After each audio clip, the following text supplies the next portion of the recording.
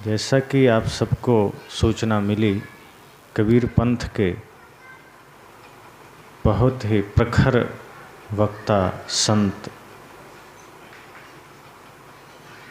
संत प्रवर श्री ज्ञान साहेब जी आज स्वरूपलीन हो गए।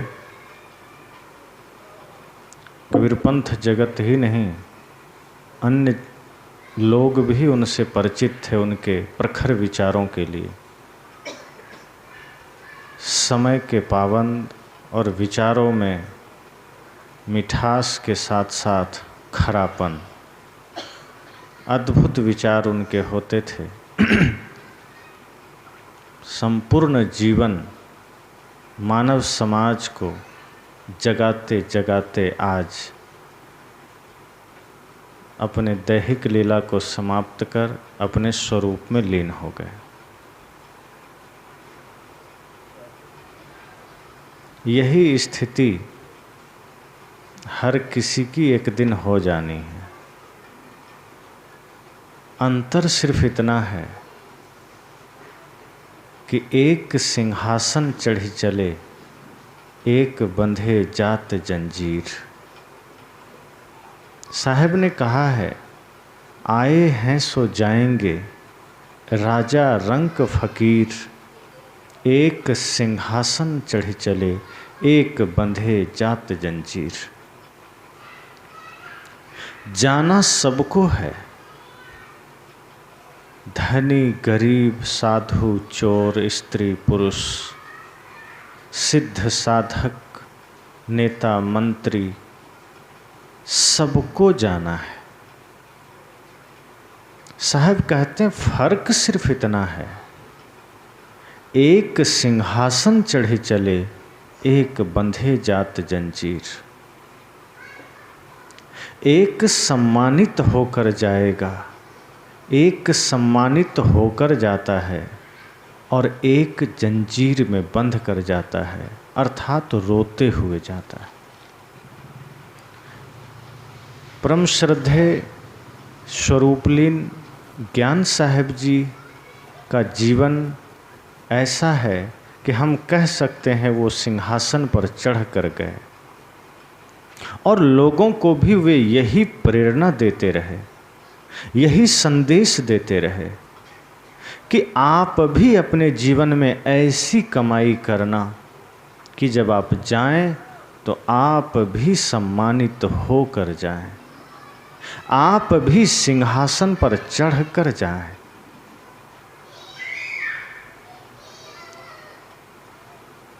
जिंदगी में ऐसा कुछ मत कर लीजिए कि जाते समय अपमानित होकर जाना पड़े।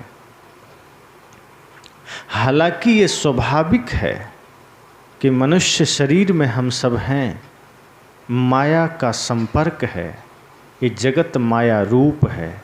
स्वाभाविक है भूलें होंगी, त्रुटियां होंगी, जीवन में दाग भी लगेंगे। लेकिन जो लोग दाग धुलने को राजी नहीं हैं, जो लोग अपने जीवन की त्रुटियों को मिटाने को तैयार नहीं हैं, साहब कहते हैं फिर वो आदमी अपने जीवन को नरक बना लेता है। भजन में कहा है ना, मनुज गलती का पुतला है, अक्सर हो ही जाती है। जो कर ले ठीक गलती को उसे इंसान कहते हैं, पराया दर्द अपनाए उसे भगवान कहते हैं। जीवन में गलती होना स्वाभाविक है, जो चलेगा वही तो गिरेगा। लेकिन गिरने के बाद पुनः उठ के न चलना, ये नादानी है। कोई भूल हो जाए, कोई गलती हो जाए और उसे सुधार करके पुनः सही मार्ग पर न चलना, पुनः तटस्थ होकर कदम न बढ़ाना, यह गलती है। और सदगुरु कबीर तो कहते हैं यह शरीर रूपी चादर हम सबको मिला है, दाग लगेंगे, लेकिन गुरु धोबी शिष्य का पड़ा साबुन सृजनहार। गुरु रूपी धोबी के पास जब हम अपने जीवन रूपी चादर को लेके जाते हैं, स्वयं को लेकर जाते हैं, तो गुरु हमें हमारे दागों से मुक्ति देते हैं, हमारे जीवन के दाग को छुड़ाते हैं। प्रकृति ने हमें सुंदर जीवन दिया है, पवित्र जीवन दिया है, कोई दाग नहीं है। बच्चों में कोई दाग नहीं, उनके दांत भी सुंदर हैं। लेकिन जैसे जैसे आदमी बड़ा होता है तो अपना मुख को वो कूड़ादान बना लेता है, इतना कचरा डालता है कि दांत दांत नहीं रहता, ऐसा लगता है जैसे डामर लगा लिया। प्रकृति ने सुंदर दांत दिया था, प्रकृति ने सुंदर जीवन दिया था, हमने उसे गंदा बना दिया। साहब कहते हैं फिर भी चिंता मत करो, दाग लग गए, दाग छूट भी जाएंगे। एक भजन में साहब कहते हैं ना, ध्रुव प्रहलाद सुदामा ने ओढ़ी, सुखदेव ने निर्मल कीनी, चदरिया सुखदेव ने निर्मल कीनी, दास कबीर ने ऐसी ओढ़ी, दास कबीर ने ऐसी ओढ़ी, ज्यों की त्यों धर दीनी चदरिया, झीनी रे झीनी, के राम नाम रस भीनी चदरिया, झीनी रे झीनी। साहब ने कहा अगर दाग लग गए चिंता मत करना। ध्रुव ने भी इस दाग को धोया, सुदामा ने भी दाग को छुड़ाया, प्रहलाद ने भी इस दाग को छुड़ाया। जीवन में कोई भूल हो जाए, कोई त्रुटि हो जाए, चिंता की कोई बात नहीं। सद्गुरु संत कहते हैं जीवन में भूल होना स्वाभाविक है, जीवन में गलतियां होना स्वाभाविक है, चूंकि हम चल रहे हैं। जो रास्ते में चलेगा गिरने की संभावना उसकी ही होगी, जो घर में ही बैठा रहे वो क्या गिरेगा, और जो चलेगा वो गिरेगा और गिर के पुनः उठेगा, और जब ऐसे ही गिरते उठते जब वो मजबूत हो जाएगा एक दिन मंजिल पर पहुंच जाएगा। तो गलती हो जाए चिंता की कोई बात नहीं, लेकिन साहब कहते हैं कि जिस प्रकार दास कबीर ने ऐसी ओढ़ी, साहब कहते हैं मैंने तो इस जीवन शरीर रूपी चादर को ऐसा ओढ़ा कि दाग ही न लगने दिया। जैसा हमें मिला था, प्रकृति ने जिस रूप में हमें दिया था, मैंने वैसा ही वापस कर दिया। जैसे आप, अब तो हर घर में साधन है, गाड़ी है। कभी ऐसा भी था जब किसी के घर में साधन नहीं होता था, बाइक नहीं होती थी, तो मोहल्ले में 1-2 बाइक होती थी। कहीं आपातकाल में जाना हो, इमरजेंसी में जाना हो, आप उससे बाइक मांगते थे कि भैया 10 मिनट के लिए दे दो, बहुत ज़रूरी है। वो आदमी आपको देता था और जानते हैं साथ में कह देता था कि ले जाओ ये चाबी, लेकिन ध्यान रहे कोई त्रुटि ना हो पाए, गाड़ी में कोई खराबी ना आए। जिस रूप में दे रहा हूँ ऐसा ही लौटा देना, कुछ करना मत। आप कहते हैं ठीक है, बिल्कुल कुछ नहीं करेंगे, लेकिन आप रास्ते में जा रहे हैं, गलती से कुछ हो गया, कुछ टूट गया, तो क्या आप गाड़ी उसको वैसे ही दे देंगे? आप पहले जाएंगे मैकेनिक के पास, कहेंगे इसको जब पहले की रूप में कर दो, जैसे था वैसे ही कर दो, जो त्रुटि हुई है, जो इसमें टूटा है, जो पार्ट्स खराब हुए हैं, इसको वैसा ही बना के दे दो, ताकि हमने जिससे लिया था उसको वैसा ही लौटा सकें। एक साधारण संसार में एक साधारण बाइक के लिए आप इतने सजग होते हैं कि आप उसको ज्यों का त्यों लौटाते हैं। और ये पूरे ब्रह्मांड में ये जीवन जो हमें प्रकृति ने दिया है, हम उसको गंदा करके लौटा देते हैं। जब हमें शरीर मिला था, जब हमें ये जीवन मिला था, उसमें कुछ नहीं था, कोई विकार नहीं था। सूक्ष्म संस्कार रूप में होगा तो होगा, लेकिन प्रत्यक्ष इस जन्म का कोई विकार नहीं था। सौम्यता थी, शांति थी, नीरवता थी। लेकिन संग में पढ़ते पढ़ते, कुसंग में पढ़ते पढ़ते जीवन गंदा होता चला गया। और गंदा हो भी गया तो हम उसको, उस दाग को छुड़ाने की कोशिश नहीं की। यदि हम उस दाग को छुड़ा लेते और प्रकृति को निर्मल लौटा देते, प्रकृति को फ्रेश जीवन लौटा देते, तो फिर साहब ने कहा ना, एक सिंहासन चढ़ी चले, एक बंधे जात जंजीर। फिर ये समझना कि आप सिंहासन पर बैठ कर गए, फिर ये समझिए कि आपका जीवन सम्मानित होकर गया। तो ऐसे महानतम संत जो आज हमारे बीच नहीं हैं, जब तक वो हमारे बीच थे, उनका ज्ञान, उनकी प्रखर वाणी हम सबको मिलती रही। सोचिए, आज हमारे बीच नहीं है, शरीर पड़ा होगा, लेकिन जो शरीर को संचालित कर रहा था वो आत्मा पलायन कर चुकी है। युधिष्ठिर से यक्ष ने पूछा था कि इस ब्रह्मांड का सबसे आश्चर्यजनक घटना क्या है, सबसे बड़ा आश्चर्य क्या है। अगर आज के समय ये सवाल पूछा जाए कि दुनिया का सबसे बड़ा आश्चर्य क्या है, तो जनरल नॉलेज में ताजमहल, झूलती मीनारें, मिस्र के पिरामिड आदि हैं। लोग तुरंत बता देंगे कि ताजमहल भी अपना है 7 आश्चर्य में से एक। पर प्रश्न तो यक्ष का था कि इस दुनिया का, इस विश्व का, इस ब्रह्मांड का सबसे बड़ा आश्चर्य क्या है, और उत्तर देने वाला युधिष्ठिर था। कोई विद्यार्थी होता तो कहता, यक्ष जी, और का तो नहीं पता, भारत में कम से कम अपना ताजमहल तो आश्चर्य में आता ही है। पर प्रश्न तो युधिष्ठिर से था।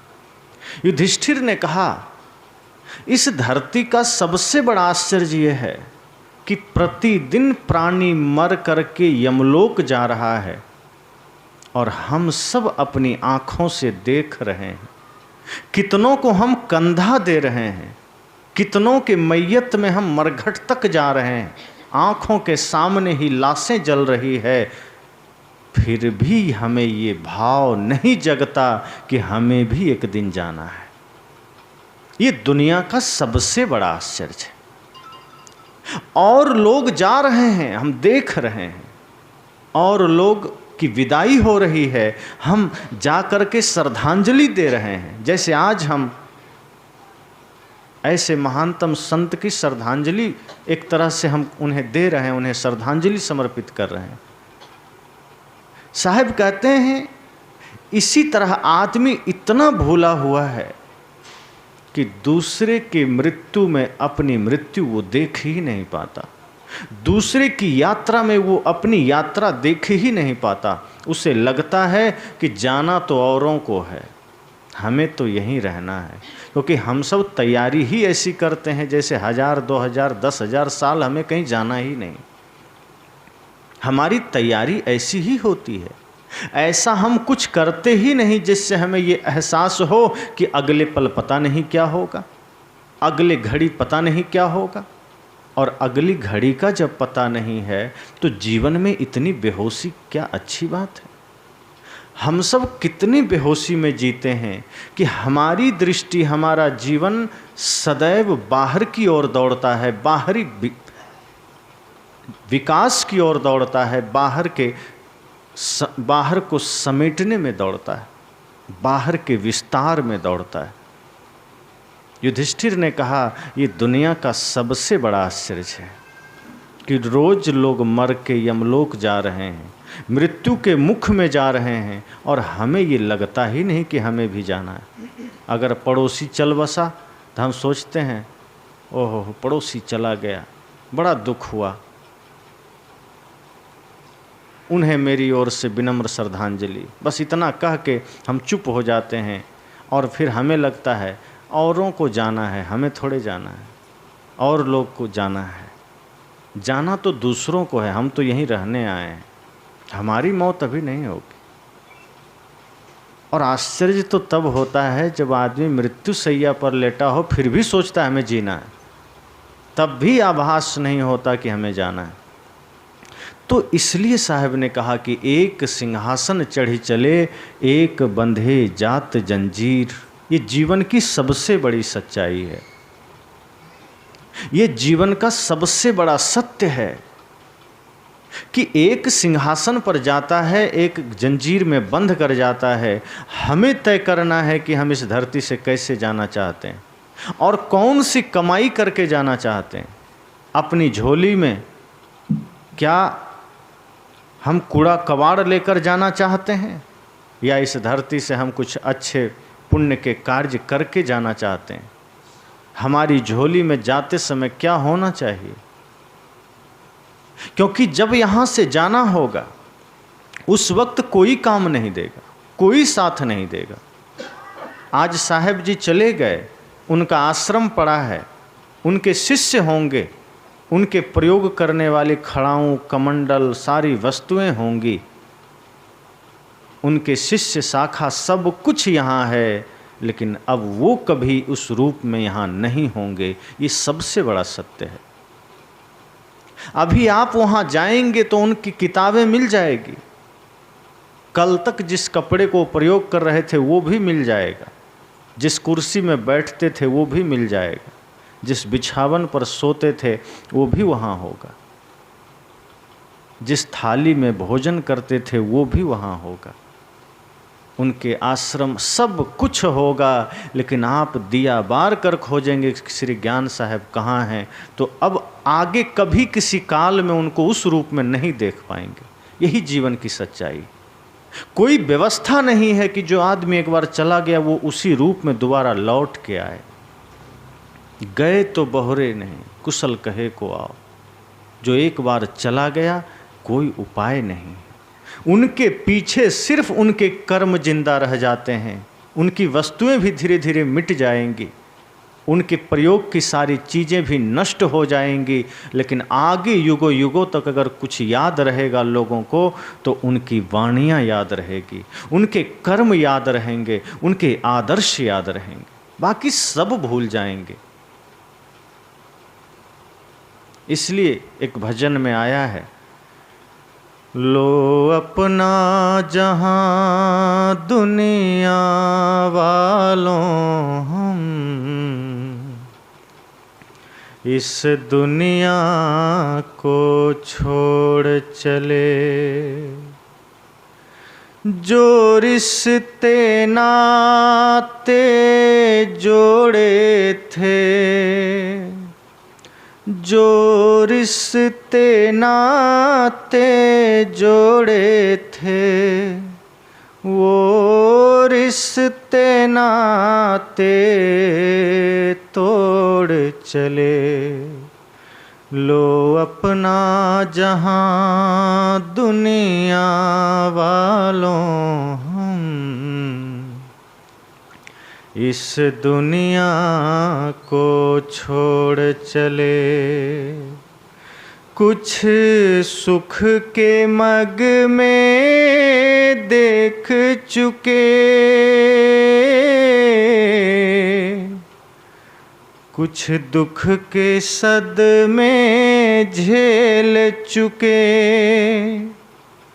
कुछ सुख के मग में देख चुके,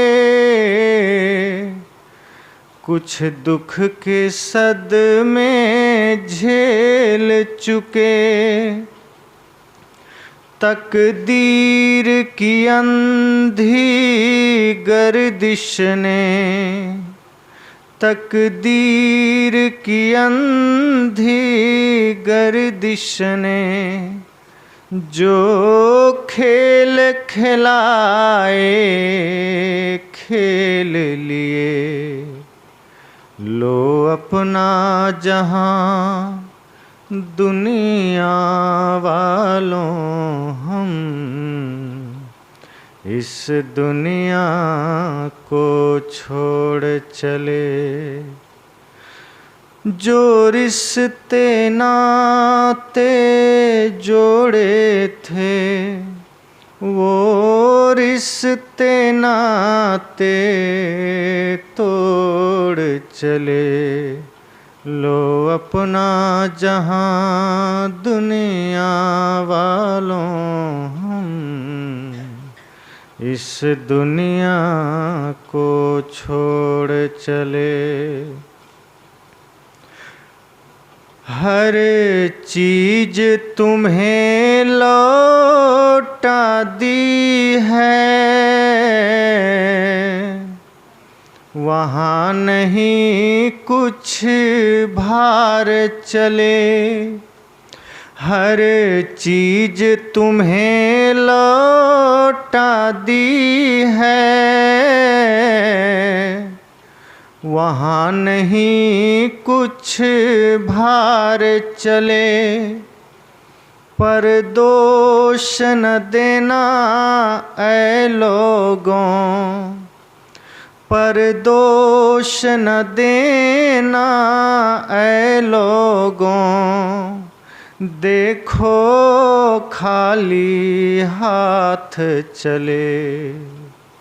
लो अपना जहां दुनिया वालों, हम इस दुनिया को छोड़ चले। जो रिश्ते नाते जोड़े थे, वो रिश्ते नाते तोड़ चले। लो अपना जहां दुनिया वालों, हम इस दुनिया को छोड़ चले। वह राह अकेले कटती है, वहाँ नहीं कोई साथ चले। वह राह अकेले कटती है, वहाँ नहीं कोई साथ चले। उस पार न जाने क्या पाए, उस पार न जाने क्या पाए। इस पार तो सब कुछ हार चले। लो अपना जहां दुनिया वालों, हम इस दुनिया को छोड़ चले। जो रिश्ते नाते जोड़े थे, जो रिश्ते नाते जोड़े थे, वो रिश्ते नाते तोड़ चले। लो अपना जहां दुनिया वालों, हम इस दुनिया को छोड़ चले। इस दुनिया को छोड़ चले। मानो ये जीवात्मा स्वयं कह रही है कि ऐ दुनिया वालों, अब जो कुछ भी है मेरे पास सुन लो, कह रहा हूँ। मैं इस दुनिया को अब छोड़ के चल दिया हूँ। जो रिश्ते नाते जोड़े थे, इस धरती पर आने के बाद जो भी रिश्ते बने थे, वो मैं तोड़ के जा रहा हूँ। और टूट ही जाता है, चाहे ना चाहे रिश्ते नाते सब टूट जाते हैं। जीवन में कुछ सुख का अनुभव हुआ, कुछ दुख का अनुभव हुआ, और ये तकदीर ऐसी है कि जब जिसे जैसा चाहा खिलाया, खेलना पड़ा।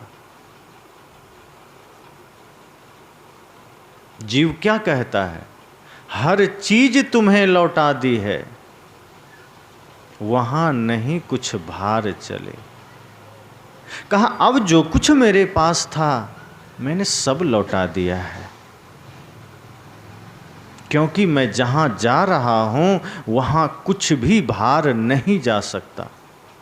अरे बाहर की वस्तुओं की बात तो छोड़िए, वहां ये शरीर का भार भी नहीं जा सकता। इस शरीर को भी यहीं मरघट में ही रुक जाना है। कितना भी प्यारा पुत्र हो, कितना भी प्यारा शिष्य हो, कितनी भी प्यारी माँ पिता रिश्ते नाते हो, ये संसार का विधान है कि जाना अकेला ही होगा।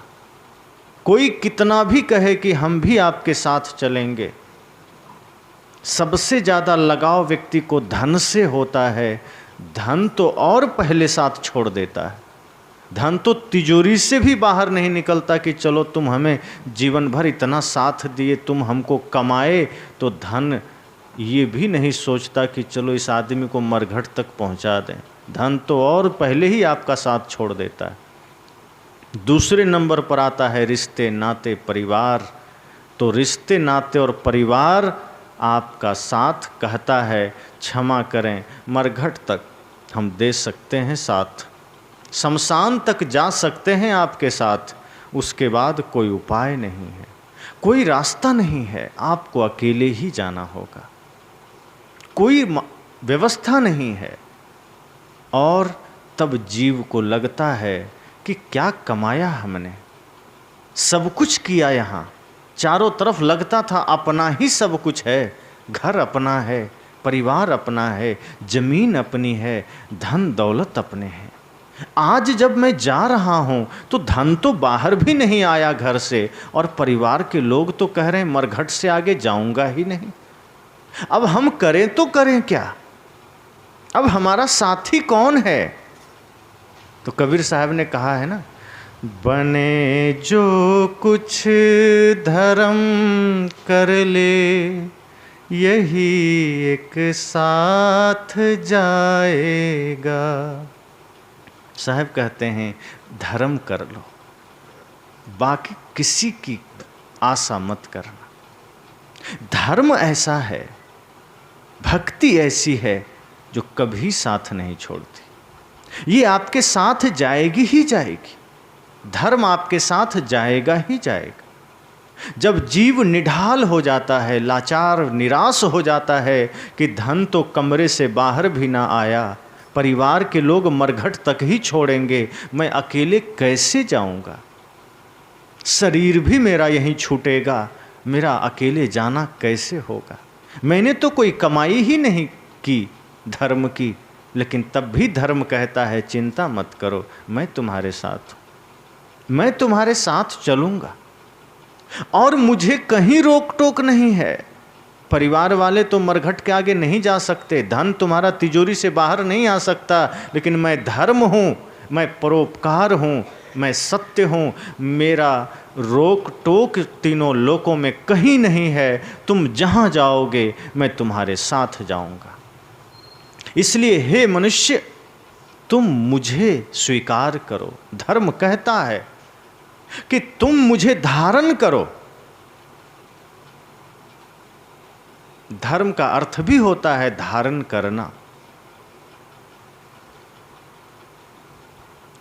और धर्म ये हम सबसे कहता है कि आप मुझे अपने जीवन में धारण कीजिए, मैं आपका साथ कभी नहीं छोड़ूंगा।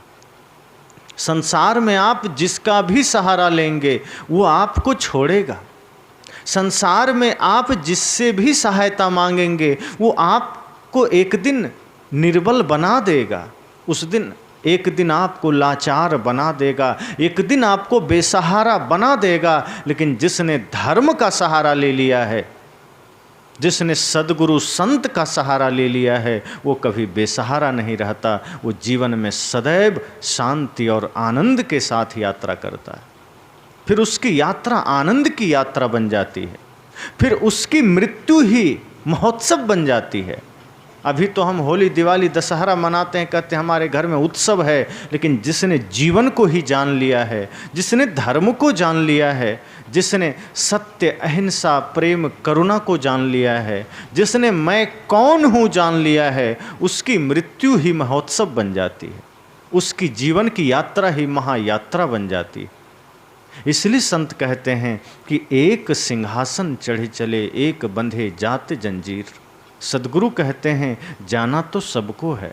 आज श्री ज्ञान साहब को जाना हुआ, उनसे पहले अन्य संत भी गए, और इस कबीर पंथ ही नहीं, भारतवर्ष से बाहर भी जिनके नाम को लोग श्रद्धा से लेते थे, श्रद्धा से नतमस्तक हो जाते थे, जिनकी साधना के सामने, जिनके ज्ञान के सामने, वो परम आराध्य स्वरूपलीन सदगुरु अभिलाष साहब जी भी इस धारा से गए।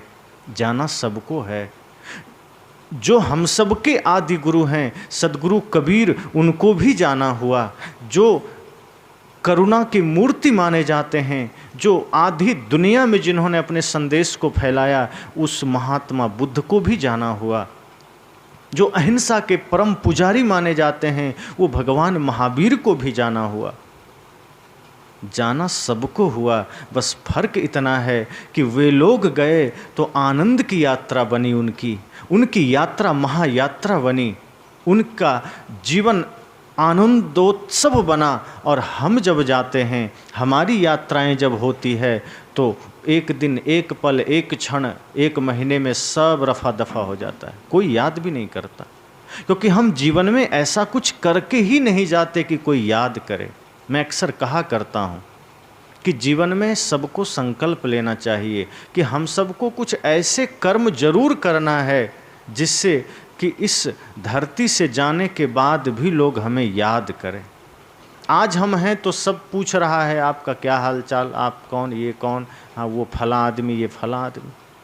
पर जब प्राण पखेरु उड़ेंगे, जब श्रद्धांजलि मना ली जाएगी, भंडारे में लोग हलवा पूड़ी खा लेंगे, एक आध महीने हो जाएंगे, फिर कोई पूछेगा भी नहीं कि अमुक आदमी कहाँ है, कुछ नहीं, नामो निशान ख़त्म।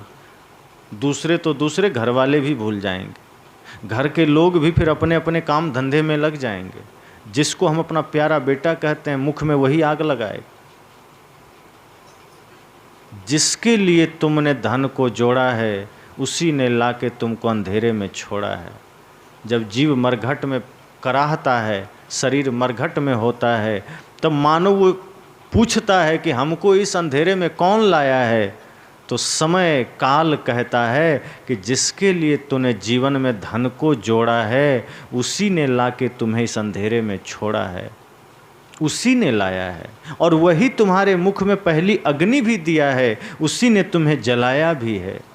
और महीने भर बाद तुम्हें याद भी नहीं करेंगे, इसलिए किस मोह की नींद में पड़े हो। कर्तव्य समझकर, जिम्मेदारी समझकर, फर्ज समझकर परिवार में आप सब कुछ करिए। पिता के साथ अगर पुत्र है, पुत्र के साथ पिता है, दोनों एक दूसरे के लिए अपनी अपनी जिम्मेदारी, अपना कर्तव्य समझकर निभाइए, अपना धर्म समझकर निभाइए। पति पत्नी अपना फर्ज, अपना धर्म सही तरीके से निभाएं। भाई भाई के बीच जो धर्म है, मर्यादा है, उसको निभाएं। लेकिन अंततः ये ख्याल रहे कि जिस दिन ये शरीर से मैं निकलूँगा, ये जीव निकलेगा, उस दिन कोई नहीं साथ जाएगा। उस दिन अच्छी बुरी कमाई साथी तेरा वही है, मन में संभल के देखो 2 दिन की जिंदगी है। फिर तो वही कमाई होगी। इसलिए ये ख्याल जरूर करिए कि हम कुछ ऐसा जरूर करके जाएं कि हमारे जाने के बाद भी लोग हमें याद करें, और याद सम्मान पूर्वक करें, गाली दे के नहीं। जिसे रावण को याद करते हैं वैसा नहीं, जैसे राम जी को करते हैं, जैसे लादेन को करते हैं वैसा नहीं, जैसे अब्दुल कलाम को करते हैं, जैसे भगत सिंह को करते हैं, जैसे सदगुरु कबीर को करते हैं। कम से कम उतना नहीं, सूरज नहीं बन सकते तो दिया तो बन ही सकते हैं ना। सूरज पूरे ब्रह्मांड का अंधेरा मिटाता है, हम दिया बन के कम से कम थोड़ी दूर का अंधेरा तो मिटा ही सकते हैं। हम ये ना सोचें कि हम सूरज नहीं बन पाएंगे तो हम क्यों प्रयास करें। हम एक दीप तो बन सकते हैं। अगर हम दीप बन गए, दिया भी बन पाए, तो कम से कम अंधेरा तो नहीं फैलाएंगे। जहां रहेंगे वहां उजाला ही तो करेंगे। कहानी आती है ना, जंगल में आग लगी, सभी जीव पानी डाल रहे थे, हाथी सबसे ज़्यादा पानी, और भी जीव। उसी में एक चिड़िया भी अपने चोंच में पानी भर के डाल रही थी। कई लोग ने मजाक उड़ाया, ये क्या मजाक है, तुम्हारे पानी तो सब रास्ते में ही रह जाता और एक बूंद भी नहीं जा पाता है, तुम क्यों प्रयास कर रही हो, तुम तो जाओ आराम से कहीं। कहा नहीं नहीं, हम भी करेंगे। कहा इससे क्या हो जाएगा। कहा होगा कुछ नहीं, लेकिन अगर आगे चल के इतिहास लिखा जाएगा कि इस जंगल में आग लगी थी, तो उस इतिहास में मेरा नाम आग लगाने वालों में नहीं, बुझाने वालों में लिखा जाएगा। लोग ये नहीं कहेंगे कि चिड़िया आग लगा रही थी, लोग यही कहेंगे कि बुझाने में ये भी साथ थी। हम यही सोच अपने भीतर प्रकट करें कि हम पूरा ब्रह्मांड को नहीं बदल सकते, हम सूरज नहीं बन सकते। सूरज नहीं बन सकते तो दीप तो बन सकते हैं। हम पूरे ब्रह्मांड को नहीं बदल सकते, हम खुद को तो बदल सकते हैं। और जो व्यक्ति खुद को बदल देता है, उसी में सामर्थ्य आता है समाज को बदलने का। जो खुद को बदल सकता है, वही राष्ट्र को भी बदल सकता है। इसलिए हम ये कोशिश करें कि हम कुछ ऐसा जरूर करके जाएं कि अपने ही नहीं, गैर भी हमें याद कर सकें।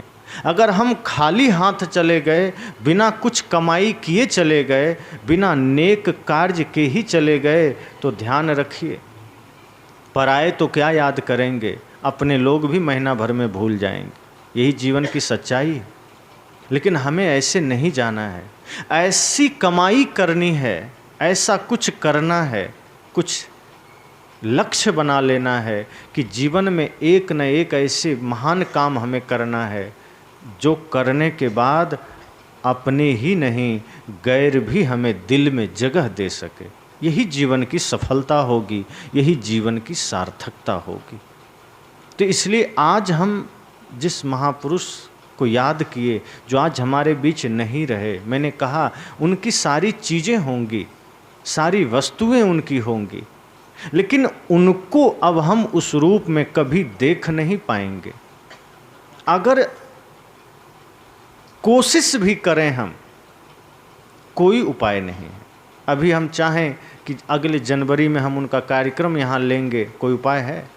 संपर्क ही नहीं होगा, कोई मोबाइल नंबर ही नहीं है वहाँ का जहाँ लोग चले जाते हैं, कोई उपाय नहीं है। इस धरती पर आदमी कहीं चला जाए, हम उसको खोज के निकाल सकते हैं, लेकिन जो सदा के लिए जिसके प्राण ही निकल जाएं, जिसकी अंतिम विदाई हो जाए, फिर उसका पता कोई नहीं खोज पाया, फिर कोई नहीं जान पाया कोई गया तो गया कहाँ। हमारे ही बीच इसी गांव से पूर्व के न जाने कितने लोग कहाँ कहाँ समा गए, और आगे न जाने कहाँ कहाँ समा जाएंगे। ये भूगोल ऐसा ही रहेगा, ये धरती ऐसी ही रहेगी। थोड़े मोड़े निर्माण बनते बिगड़ते रहेंगे, कुछ निर्माण होंगे, कुछ विध्वंस होंगे, लेकिन जो आत्माएं, जो जीव, जो शरीर रूप धर कर यहाँ आए हैं, वो ना जाने फिर कहाँ विलीन हो जाएंगे, खोजने पर भी नहीं मिलेंगे। आज अयोध्या खड़ी है, अयोध्या है ना, सरयू घाट भी है, सीता रसोई घर भी है, कोप भवन भी है जहाँ राम जी का जन्म हुआ, वो जगह भी है, दशरथ भवन भी है, सब है। लेकिन दिया बार के खोजिए, कहीं राम जी मिलेंगे। सरयू नदी चले जाइए, कहीं राम जी का दर्शन होगा। वो जगह आज भी जिंदा है, जगह कहीं नहीं गई है। आज उनके मंदिर बन रहे हैं, आज उनके नाम वहाँ लिए जा रहे हैं, लेकिन कहीं कण कण में भी आप खोज लेंगे तो उस रूप में आप राम को नहीं देख पाएंगे। कुरुक्षेत्र की भूमि मुँह बाए खड़ी है, आज भी कहते हैं वहाँ की मिट्टी लाल है खून से। भाई भाई में लड़कर सब मर गए, वो भयंकर महाभारत महायुद्ध हुआ। आज वो धरती है, मिट्टी भी लाल है, लेकिन आप जाएं तो आप कहीं भी खोजें तो वो कौरव वो पांडव कोई नहीं मिलेंगे। मथुरा चले जाएं, गोकुल चले जाएं, आपको भगवान कृष्ण एवं उनके समस्त अनुचरों की निशानियां तो वहाँ मिल जाएगी, भवनों की उनके चिन्ह मिल जाएंगे, लेकिन भगवान कृष्ण को आप खोजने चलें तो वो मथुरा से लेकर द्वारिका तक कहीं नहीं मिलेंगे। वो द्वारिका नगरी भी आज है समुद्र में, लेकिन कृष्ण नहीं मिलेंगे। काशी चले जाएं, चारों तरफ ढूंढिए, सदगुरु कबीर का खड़ाऊँ मौजूद है, कमंडल मौजूद है, माला मौजूद है, चरखा मौजूद है, लेकिन आप खोजते चले जाइए, कहीं कबीर साहब नहीं मिलेंगे। अपने ही घर में आप जाइए, दादा दादी या परदादी जो थे, कभी इसी घर में जो रहते थे, खाते पीते थे, जो अब नहीं हैं, अब उनको आप टॉर्च जला के खोजिए, यहाँ से खेत खलिहान तक, घर के कमरों में, कहीं कुछ नहीं मिलेगा। साहब कहते हैं यही तो जीवन की सच्चाई है, हम इसी से तो अनजान रहते हैं। जो सबसे बड़ा सच है उसी से हम सबसे ज़्यादा अनजान होते हैं, और जो सबसे बड़ा झूठ है हम उसी को पूरा ओढ़े रहते हैं। हमें यहाँ से चल देना है, ये सबसे बड़ा सच है, हम यहाँ सदा अस्थाई रहेंगे, ये सबसे बड़ा झूठ है। और जो सबसे बड़ा झूठ है उसकी पूरी तैयारी है, पूरी व्यवस्था है। हम यहाँ रहेंगे ये झूठ है, लेकिन रहने की सारी तैयारी, सारी व्यवस्थाएं हम करते हैं, गगनचुम्बी इमारतें बना लेते हैं, रहने खाने पीने के सारे साधन जुटा लेते हैं, लेकिन यहाँ से जब जाना होगा उस जाने की यात्रा का कोई व्यवस्था हम नहीं करते कि जब हम यहाँ से जाएंगे तो क्या लेके जाएंगे। उस खाली हाथ में कम से कम धर्म की कमाई तो होनी चाहिए। उस खाली हाथ में जहाँ धन भी नहीं आ सकता, जहाँ लोग भी नहीं आ सकते, कम से कम उस हाथ में अर्थात अपने संस्कार रूप में हम धर्म की कमाई तो लेकर चलें। तो ये जीवन की सच्चाई यही है कि एक सिंहासन चढ़ी चले, एक बंधे जात जंजीर। एक सिंहासन पर बैठ के जाता है, एक जंजीर में बंध के जाता है। ये एक कहने का तरीका है। मैंने पहले ही कहा, सिंहासन में जाना अर्थात सम्मानित होकर जाना, आनंदित होकर जाना, यही जीवन की सबसे बड़ी सफलता है। जैसे आपके घर में अतिथि आते हैं तो आपके यहाँ व्यवस्था पहले से रहती है, खाट हो या चौकी हो, बेड हो, बिछावन हो, दरी हो, तकिया हो, सब आप पहले से व्यवस्थित करके रखते हैं, धो के रखते हैं, ताकि कोई अतिथि आ जाएं तो हमें समस्या ना हो, हम तुरंत उनके आसन लगा दें, तुरंत बेड चादर लगा दें, तकिया लगा दें। कोई व्यक्ति ऐसा थोड़ी करता होगा कि आज अतिथि आ गए तो बेड खरीदने आप बाज़ार जाते होंगे, अतिथि आए हैं बेड खरीदना पड़ेगा, कि चादर खरीदना पड़ेगा, कि चौकी बनवाना पड़ेगा, कि गद्दा बनवाना पड़ेगा। अब घर में अतिथि आ गए और आप बाज़ार चले गए। एक जगह एक महात्मा जी की संत आ गए आश्रम, तब वो गए कमोड खरीदने कि उनके लिए लगाना है, शौचालय की व्यवस्था करनी है। अब वो बैठे हैं, ऐसे में काम नहीं होता। आप जानते हैं कि हमारे घर कभी भी अतिथि आ सकते हैं, कभी भी कोई मेहमान आ सकते हैं, तो आने के बाद हम कुछ न करें, आने से पहले ही करके तैयार रखें, ताकि आने के बाद हम उन्हें भोजन प्रसाद दे सकें। आप आ गए, आपके पास कच्चा अनाज तैयार है, चावल है, दाल है, सब्जी है, आटा है, बेसन है, आप भोजन बनाते हैं, उनको खिलाते हैं। कोई ऐसा नहीं करता होगा कि अब हमारे घर अतिथि आए हैं, चलो अब धान बो देते हैं, अतिथि आए हैं ताज़ा धान का भात खिलाएंगे, अब गेहूं बोने चलते हैं, अतिथि आए हैं, अब सब्जी बोने चलते हैं। कोई ऐसा नहीं करता। आपकी तैयारी पहले से होती है। एक साधारण अतिथि के आने के लिए आप इतनी तैयारी करते हैं, और मृत्यु तो परम अतिथि है। वो भी तो, अतिथि का मतलब क्या होता है? तिथि मतलब समय, दिनांक, और अ उसमें लगा है अर्थात नहीं, जिसका पता नहीं है वो कब आ जाए। अतिथि जो बिना सूचना के पहुंच जाए, बिना समय बिना दिन के पहुंच जाए। अब तो मोबाइल का ज़माना है, आदमी एक एक कदम भी बढ़ाता है तो मोबाइल पर अपडेट करते रहता है, मैं यहाँ पहुँचा, और ज़्यादा से ज़्यादा जीपीएस लोकेशन शेयर कर देता है, तो आदमी यहीं बैठे बैठे देख लेता है कहाँ कहाँ आ रहा है। तो उसको हम अतिथि नहीं कह सकते, पर अब अतिथि शब्द रूढ़ हो गया है कि कोई घर आया उसको अतिथि कहते हैं। वस्तुतः अतिथि उन्हें ही कहा जाता था जो बिना सूचना के घर पहुंच जाएं, जो सूचित करके ना आए। तो ऐसे अतिथि के लिए हम इतनी तैयारी करते हैं, और मृत्यु जो परम अतिथि है वो भी तो बिना बताए आती है। हालांकि वो सूचनाएं भेजती है, पर हम उस सूचनाओं को नज़रअंदाज कर देते हैं। मृत्यु भी कुछ सूचनाएं भेजती है, लेकिन आती बिना बताए है। सूचना भेजने के बाद भी आपको ये नहीं बताती कि हम अगले तारीख को आ रहे हैं, इतने बजे आ रहे हैं, कब किस घड़ी उसका आगमन हो जाए कोई नहीं जानता। साहब कहते हैं, मृत्यु रूपी अतिथि आपके आंगन में आए, उससे पहले मन को पवित्र कर लेना। मृत्यु रूपी अतिथि आपके जीवन में प्रवेश करे, उससे पहले कुछ नेक काम कर लेना, क्योंकि मोहलत नहीं मिलेगा। हो सकता है बाहर का अतिथि आए तो 2 घंटा वो इंतज़ार भी कर लेगा, ठीक है जाइए सामान ले आइए, हम इंतज़ार करते हैं। पर मृत्यु रूपी अतिथि के पास कोई चारा नहीं चलेगा, और आपका ही नहीं, बड़े बड़े सेठों का भी नहीं चलेगा। टाटा बिरला डालमिया भी वहाँ करोड़ों रुपए का बंडल निकाल के धर दे कि 2 मिनट दे दो, तो मृत्यु कहेगी नहीं नहीं, वो हमारे पास नहीं चलता। ये घूस वाला काम संसार में तुम लोग के ही बीच चलता है, मृत्यु के पास नहीं चलता। अगर चलता तो बड़े बड़े सेठ साहूकार पहले ही सारा बुकिंग कर लेते कि हम चलेंगे बहुत लंबे समय बाद, पहले सब्जी खा लें। लेकिन नहीं, इसलिए तो मृत्यु के सामने सब बराबर हो जाते हैं। इसलिए शमशान में जब जाता है तो वो धनी है कि गरीब है कि साधु है कि चोर है, सबकी गति वही होती है। इसलिए उसका नाम भी शमशान है। सम मतलब बराबर, शान मतलब औकात। जहाँ सबकी औकात, सबकी हैसियत बराबर हो जाए वही तो शमशान है।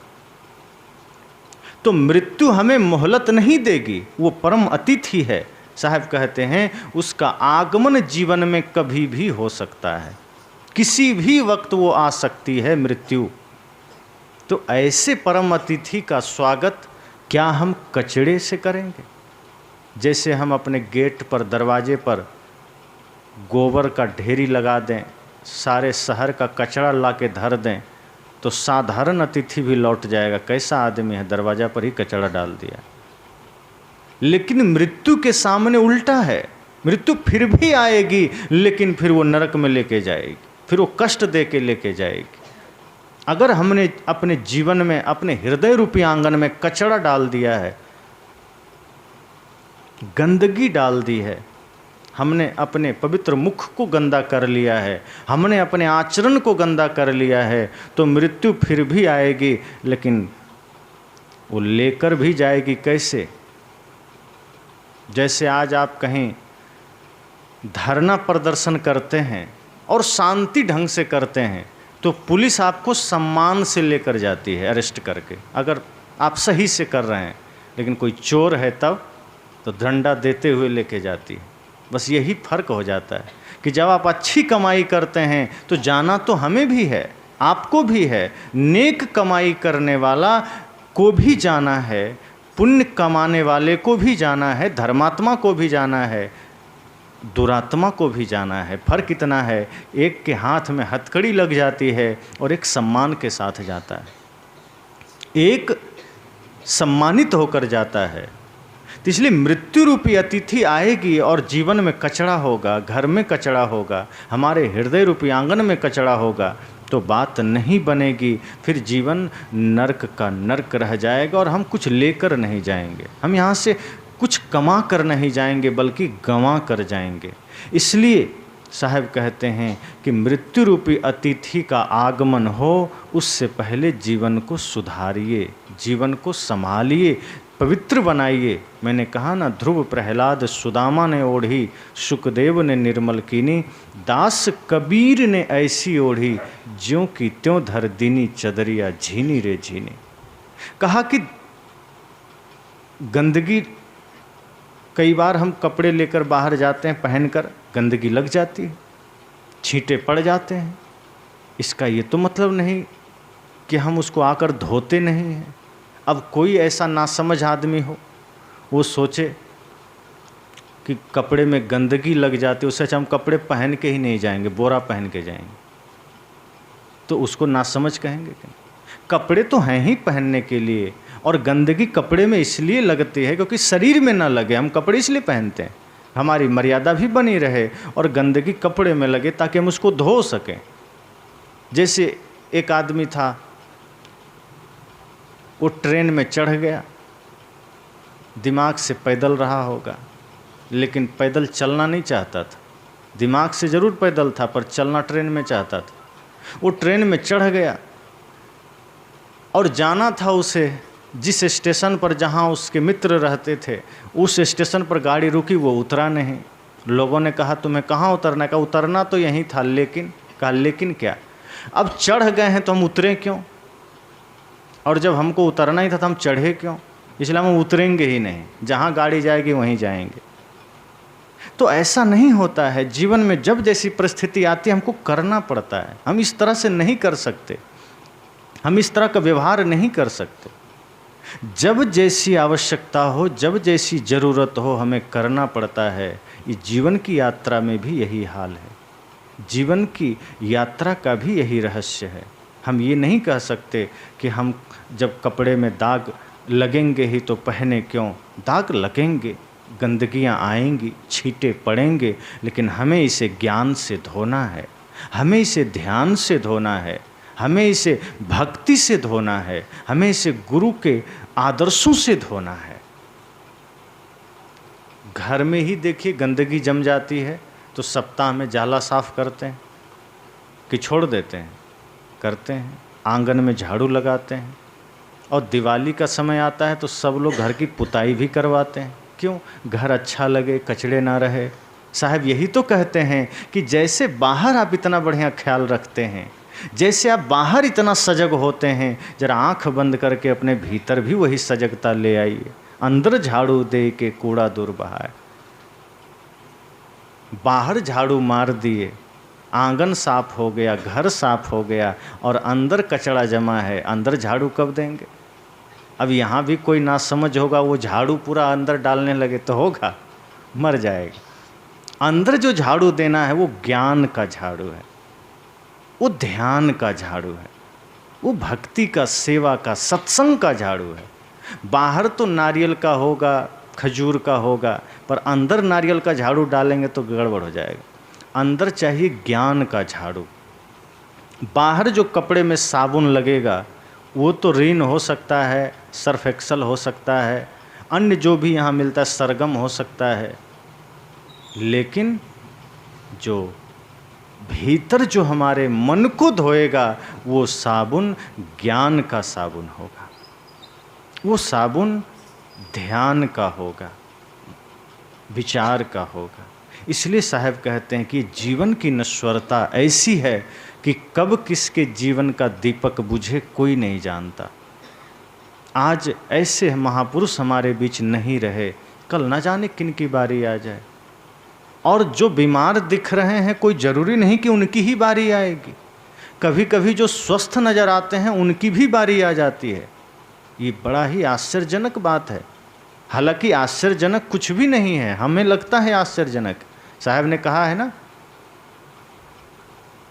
10 द्वारे का पिंजरा, तामे पंछी पौन, रहिवे को अचरज अहे, जात अचंभो कौन। साहब तो हर बात कह दिए। साहब कहते हैं अगर मोहल्ले में कोई 10-20 साल का लड़का लड़की कोई भी गुजर जाए तो सब आदमी सकते में आ जाता है, आश्चर्य में आ जाता है कि 20 साल का मरा कैसे, कैसे आश्चर्य होता है, कैसे। साहब कहते हैं नहीं नहीं, तुम उल्टा सोच रहे हो। साहब अलग ढंग से सोचते थे वे कहते थे कि तुम्हें लगता है 20 साल का आदमी मरा कैसे, और साहब कहते हैं मुझे लगता था 20 साल वो जिया कैसे। लोगों ने कहा कैसे? कहा 10 द्वारे का पिंजरा तामे पंछी पौन, और रहबे को अचरज है जात अचंभो कौन। वे कहते हैं जैसे एक पिंजरा है और उसमें 10 दरवाज़ा बना हुआ है और 10 दरवाजे खुले हों और फिर भी उसमें पक्षी बैठा है। सोचिए आश्चर्य की बात है कि नहीं। एक भी दरवाज़ा खुला हो तो पंछी झट से उड़ जाता है, और उस पिंजड़ा के 10 दरवाजे खुले हैं फिर भी पंछी बैठा है। साहब ने कहा शरीर में भी तो 10 द्वार रूपी 10 दरवाजे हैं, ये भी तो पिंजड़ा है और 10 दरवाजे खुले हैं फिर भी जीव बैठा है। तो बैठा रहना आश्चर्य है, न कि उड़ जाना आश्चर्य। अगर हम जीवित हैं ये आश्चर्य है कि हम जिंदा हैं। इसलिए साहब कहते हैं कि जीवित रहना आश्चर्य है। सोचिए कितना कीमती है जीवन। उड़ सकता है जीव कभी भी, प्राण कभी भी निकल सकता है, बंद नहीं है दरवाजे, फिर भी हम जिंदा हैं। साहब कहते हैं इसलिए कुछ नेक कमाई कर लेना, कुछ धर्म की कमाई कर लेना, पता नहीं कब उड़ जाए पंछी। तन पिंजड़े से पंछी निकल गयो रे, पता नहीं पंछी किधर गयो रे। निकलेगा तो पता ही नहीं चलेगा। तो बैठा रहना जीव का आश्चर्य है, जिंदा होना आश्चर्य है।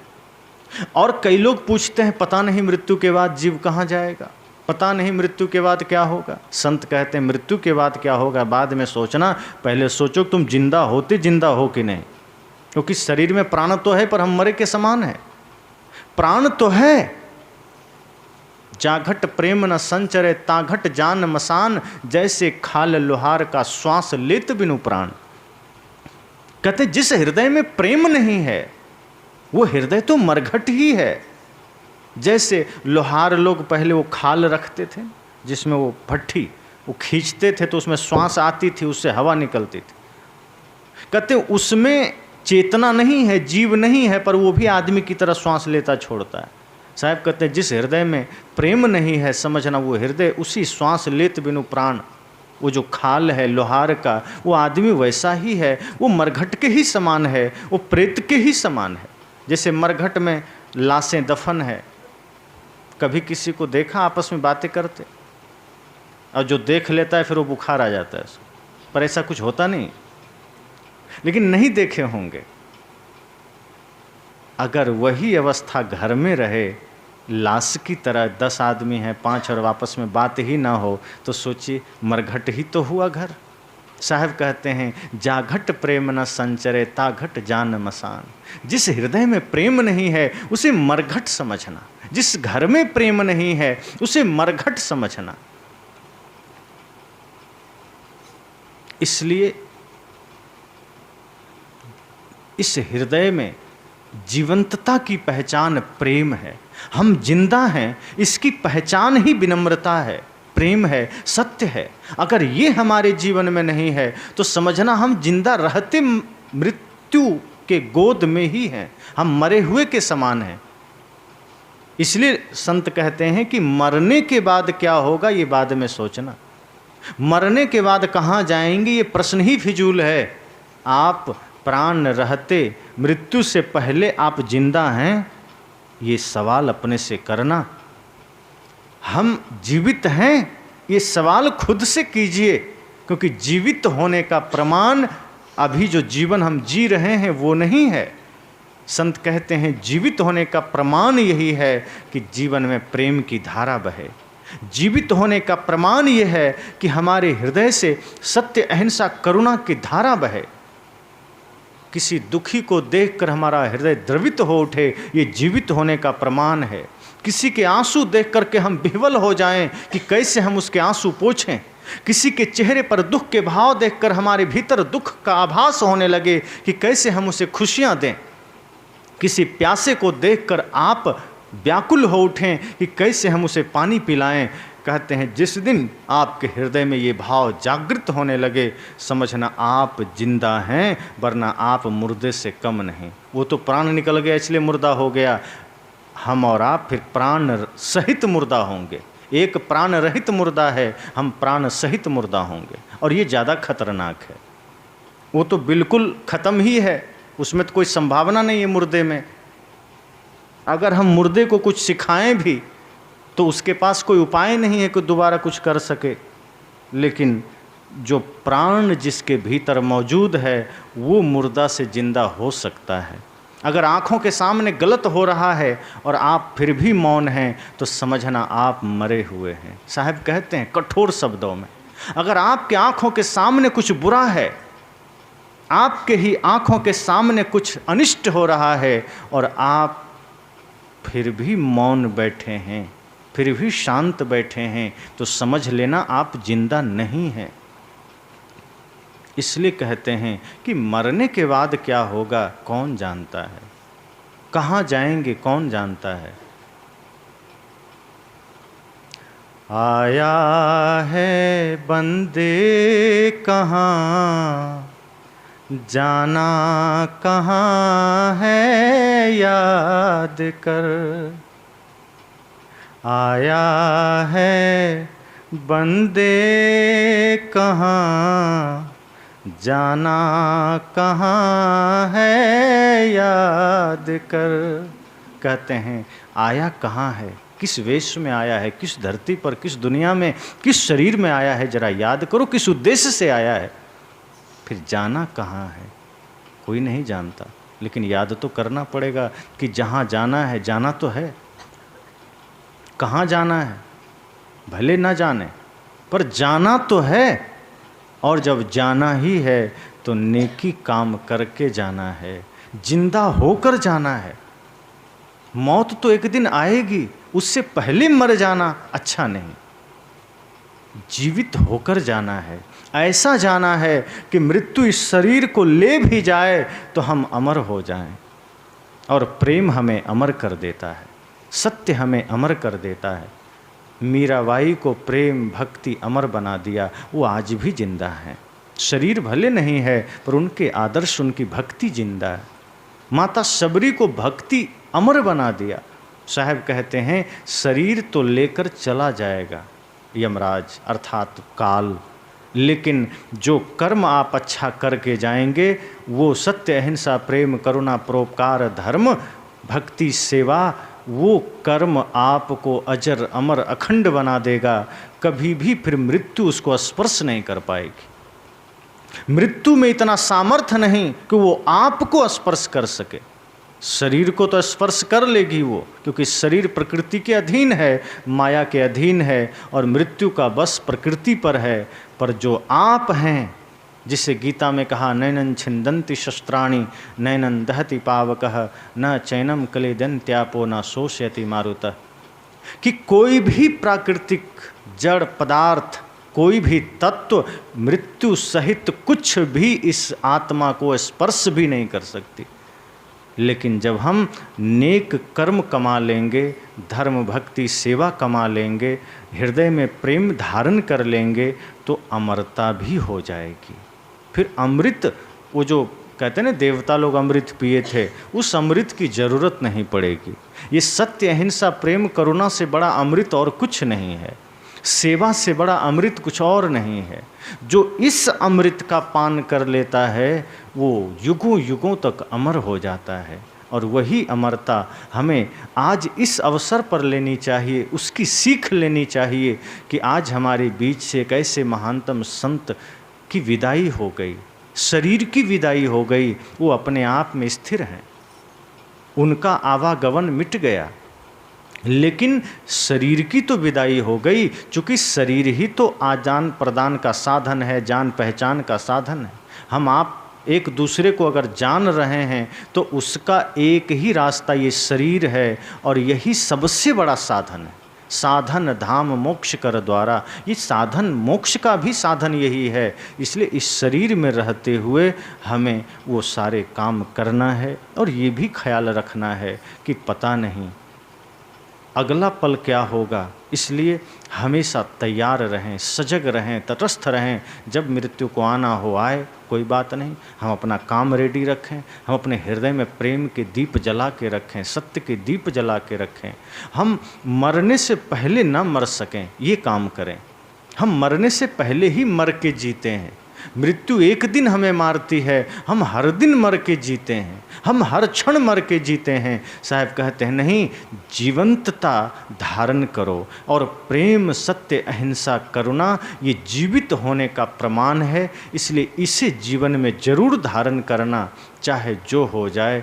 फिर आप देखेंगे कि वो आनंद की धारा बहेगी, वो परम शांति की धारा बहेगी, जिसमें आनंदित होकर के आप संसार के दुखों से मुक्त हो जाएंगे। तो यही हम सबको करना है। पुनः स्वरूपलीन ज्ञान साहेब जी के पावन श्री चरणों में शत शत नमन करते अपनी श्रद्धांजलि अर्पित करता हूँ। और देव की परम श्रद्धेय श्री ज्ञान साहेब की